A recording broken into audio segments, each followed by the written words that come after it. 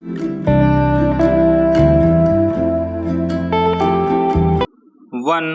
2, 3 start. देश की राजधानी दिल्ली की दिन ब दिन बिगड़ती वायु गुणवत्ता पर सुप्रीम कोर्ट की दखल न सिर्फ वाजिब है बल्कि इस महानगर के बासिंदों के लिए आश्वस्तकारी भी है कि अब इस दिशा में कोई त्वरित व माकूल कार्रवाई हो सकेगी। इन दिनों वायु प्रदूषण के कारण राष्ट्रीय राजधानी क्षेत्र में जीने वालों, खासकर सांस की बीमारियों से पीड़ित लोगों की जिंदगी दुश्वार हो गई है। गौर कीजिए, विशेषज्ञ 0 से 50 अंकों तक वायु गुणवत्ता सूचकांक को अच्छा और 100 अंक तक संतोषजनक बताते हैं, मगर पिछले कई दिनों से दिल्ली और नोएडा में AQI 300 से भी अधिक दर्ज किया जा रहा है। आने वाले कुछ और दिनों तक ऐसी ही स्थिति का आशंका जताई जा रही है।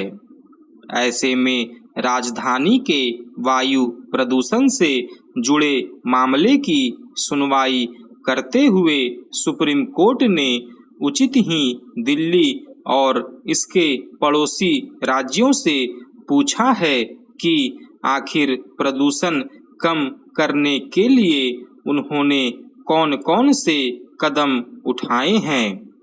अदालत ने दिल्ली, हरियाणा, पंजाब, उत्तर प्रदेश और राजस्थान से 1 हफ्ते में जवाब मांगा है। वायु प्रदूषण एक ऐसी समस्या है जिससे कमोबेश सभी जीव प्रभावित हैं। इंसानों के बीच भी यह अमीरी, गरीबी या मजहब, जाति के आधार पर किसी के साथ कोई मुरव्वत नहीं बरतता। फिर भी सरकारी पहल से नागरिक जागरूकता तक इसे लेकर एक अजीब सी उदासीनता दिखती है, मगर इसकी मार हाशिए के लोगों पर अधिक पड़ती है, क्योंकि न तो वे एयर प्यूरिफायर जैसे आधुनिक महंगे उपायों की मदद ले सकते हैं और न ही बीमार पड़ने की हालत में जरूरी स्वास्थ्य सेवाओं तक उनकी आसान पहुंच है।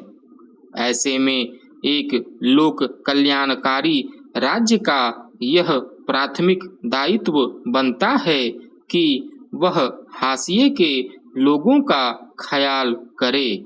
जाहिर है, सर्वोच्च न्यायालय इसी कसौटी पर इन राज्यों की पहल को परखेगा। मौजूदा वायु प्रदूषण के बारे में कहा जा रहा है कि हवा की धीमी रफ्तार और अधिक नमी की वजह से यह स्थिति बनी है, मगर इस मौसम में तो हर साल यह स्थिति पैदा होती है और इस तथ्य से प्रशासन व नागरिक दोनों अब वाकिफ है। फिर भी यह समस्या लगातार बनी हुई है, तो यह सोचने की बात है। हमारे पास इस बात के ठोस साक्ष्य मौजूद हैं कि दुनिया के कई देशों ने शासकीय पहल और नागरिक सहयोग से न सिर्फ अपने महानगरों की वायु गुणवत्ता को ठीक किया है, बल्कि कई देशों ने तो दूषित नदियों को निर्मल करने में सफलता हासिल की है।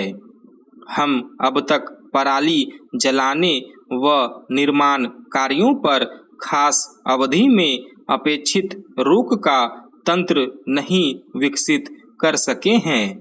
निसंदेह विकास परियोजनाएं जरूरी हैं, मगर जब पता है कि हमारे कई शहर दुनिया के सबसे प्रदूषित शहरों में गिने जा रहे हैं, तब भी क्या इस मोर्चे पर गंभीर पहल के लिए अदालती दखल की बाट जोहनी चाहिए। दिल्ली को पिछले साल देश में सबसे प्रदूषित शहर आंका गया था। इस लिहाज से अनुमान लगाइए कि यदि पटाखों पर रोक न लगी होती तो दिवाली व उसके बाद के दिनों में दिल्ली की आबोहवा कैसी रहती। राज्य सरकारें निश्चित तौर सुप्रीम कोर्ट में अपने अपने तर्कों व बहानों के साथ हलफनामे दायर करेंगी, मगर यह मुद्दा दोषारोपण या बचाव का नहीं, सामूहिक प्रयास का है।